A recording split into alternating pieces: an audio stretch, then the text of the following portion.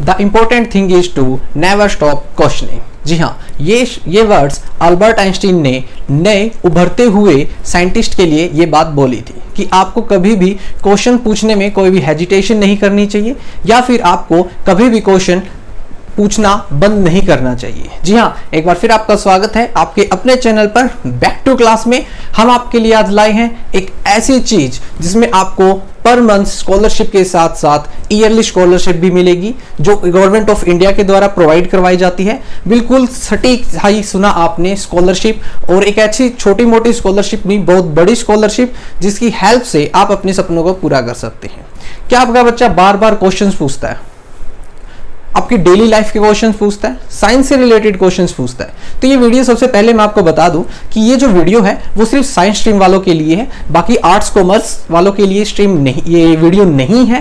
तो अगर आप आर्ट्स या कॉमर्स से हैं तो आप इस वीडियो को आगे भी देख सकते हैं या फिर अभी क्विट कर सकते हैं। ओके, तो अब हम बात करते हैं कि मैं किसके बारे में बात करना चाहता हूँ। एक ऐसा एग्जाम जिसका नाम है KVPY, किशोर वैज्ञानिक प्रोत्साहन योजना एग्जाम। एक ऐसा एग्जाम जिसकी अगर मैं बात करूं, ये exam 10th 12th and college तीनों लेवल पे होता है, बट आज मैं यहां पर सिर्फ 10th लेवल पे बात करना चाहूंगा, क्योंकि अभी हमारा बहुत से 10th क्लास के बच्चों का बहुत अच्छा रिजल्ट आया है। वो चाहे किसी भी बोर्ड से हो, चाहे हरियाणा बोर्ड हो, चाहे हिमाचल बोर्ड हो, यूपी बोर्ड हो, बिहार बोर्ड हो, महाराष्ट्र बोर्ड हो, या फिर CBSE बोर्ड हो, कोई भी बोर्ड हो, सभी बच्चे इसके लिए एलिजिबल हैं जो 11th में साइंस स्ट्रीम रखना चाहते हैं।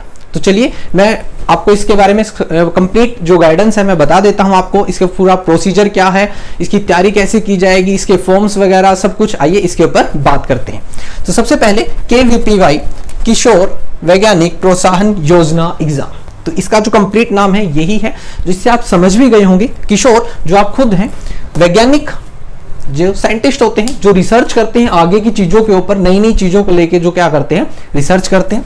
प्रोत्साहन कि इसमें आपको क्या मिलेगा, पैसा मिलेगा। प्रोत्साहन दो ही तरीके से हो सकता है, चाहे आपको पैसा मिलेगा या फिर आपको वो रिसोर्सेज प्रोवाइड करवाए जाएंगे जिसकी हेल्प से आप आगे और रिसर्च कर सकें। ओके, तो सबसे पहले इसकी बात कर लेते हैं। जो इसका जो मीडियम होता है वो इंग्लिश और हिंदी दोनों ही मीडियम का होता है। ये इसका मीडियम होता है वो क्या होता है, हिंदी और इंग्लिश का होता है। तो चलिए, जो हम 10th की बात कर रहे थे, 10th वालों को इसको बोला जाता है SA। क्या बोला जाता है इस एग्जाम के लिए? बोला जाता है KVPY SA।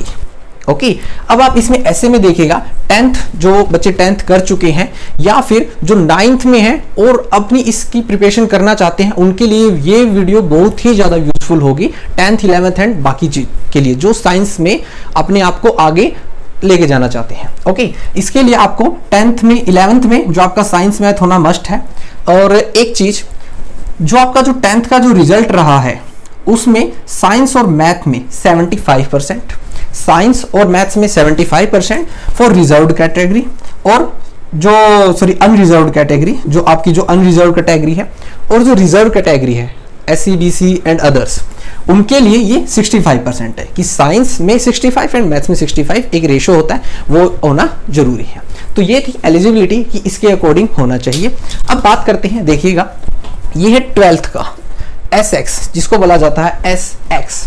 इसमें आप 12th में आपके पास PCB या फिर PCM, physics chemistry bio and physics chemistry math, वही सेम 75% मिनिमम फॉर अनरिजर्व्ड, और रिजर्व्ड के लिए 65% होना चाहिए। तो आज हम इसके ऊपर बात ना करके बाकी की जितने भी पैटर्न हैं हम सिर्फ 10th बेस के ऊपर बात करेंगे। तो चलिए शुरुआत करते हैं। सबसे पहले ये ऑनलाइन मोड में होगा आपका, इसका जो नोटिफिकेशन आएगा वो ऑनलाइन मोड में आएगा। आपको जो फॉर्म फिल करना होगा वो भी ऑनलाइन मोड में फिल करना होगा। ये नेसेसरी सी चीजें हैं। कुछ आपके पास एक ईमेल और एक फोन नंबर होना जरूरी है, ताकि आपको उसकी जो है जितनी भी जानकारी है आपके फोन पे या फिर ईमेल पे आपको फॉरवर्ड की जाएगी, जो आपका OTP होगा या फिर एडमिट कार्ड होगा, जो कुछ भी होगा। ओके, तो नेक्स्ट बात करते हैं इंग्लिश और हिंदी मीडियम। हमने बात कर ली इंग्लिश और हिंदी। उसके बाद जो MCQ क्वेश्चंस आते हैं इसके अंदर आपको रिटर्न नहीं होता, वही MCQ क्वेश्चंस आते हैं कि एक क्वेश्चन होता है, उसके 4 ऑप्शंस होते हैं, नॉर्मली सबको पता है। 3 घंटे का एग्जाम होता है। ये कितने घंटे का एग्जाम होता है? 3 आवर्स का एग्जाम होता है। और इसी एग्जाम में एग्जाम आपका सिर्फ एक ही होता है, 1 एग्जाम, बट उसके पार्ट 2 होते हैं, फर्स्ट एंड सेकेंड। कितने पार्ट्स होते हैं? 2 पार्ट होते हैं। तो चलिए पार्ट्स की बात कर लेते हैं। उसमें नंबर ऑफ क्वेश्चन ही मैंने सभी आपके लिए पहले से राइट डाउन किया हुआ है। Physics chemistry math and bio, 10th level पे आपके 4 आते हैं, physics, chemistry, maths and bio. Part 1 में आपके 15-15 का एक रेशो रहता है, 15 क्वेश्चंस का रेशो रहता है। पार्ट 2 में सिर्फ ये 5 क्वेश्चंस आते हैं, अच्छे लेवल के 5 क्वेश्चंस आते हैं। उसमें जो टोटल मार्क्स होते हैं 20 एंड 20, जो टोटल जो बन जाता है इसका 100 मार्क्स बनता है। बट यहाँ पर आप देखेंगे कि 20 बन गया है, बट ये जो है ये 100 मार्क्स का होता है। ये टोटल कितने मार्क्स का होता है? 100 मार्क्स का होता है। ये वाले जो है ये 40 के हो जाते हैं और ये 60 के हो जाते हैं। ओके, तो कुछ इस तरीके का रेशो रहता है। उनका जो पैटर्न होता है वो हर बार आपको एक नया पैटर्न फॉलो करने को भी मिल सकता है। तो ये हो गया टोटल, ये इसकी है कि 15 क्वेश्चंस आएंगे। पार्ट 2 में 5 क्वेश्चंस आएंगे। ऑब्वियस सी बात है, एक अच्छे लेवल का पेपर है तो नेगेटिव मार्किंग भी होगी। तो अब नेगेटिव मार्किंग की बात करते हैं फर्स्ट एंड सेकंड में। फर्स्ट में जो नेगेटिव मार्किंग होती है वो होती है 0.25, मतलब कि चौथा हिस्सा कटेगा। 1 नंबर है तो उसका चौथा हिस्सा। और सेकंड पेपर में 0.50 मतलब कि आधा मार्क्स कट जाएगा अगर आपने कोई क्वेश्चन गलत अटेम्प्ट किया है तो। ओके, ये थी उसका पैटर्न, ये था एलिजिबिलिटी और ये था नॉर्मल जो आपको बातें पता होनी चाहिए। अब उसके बाद बात करते हैं कि आप तैयारी कहाँ से करेंगे। ये एक बहुत ही अच्छा वो है प्लेटफॉर्म है, आप यहाँ पे आपको एक प्रूव भी कर सकते हैं या फिर आप अपनी रिसर्च के जो उसमें काफ़ी आगे जा सकते हैं रिसर्च में।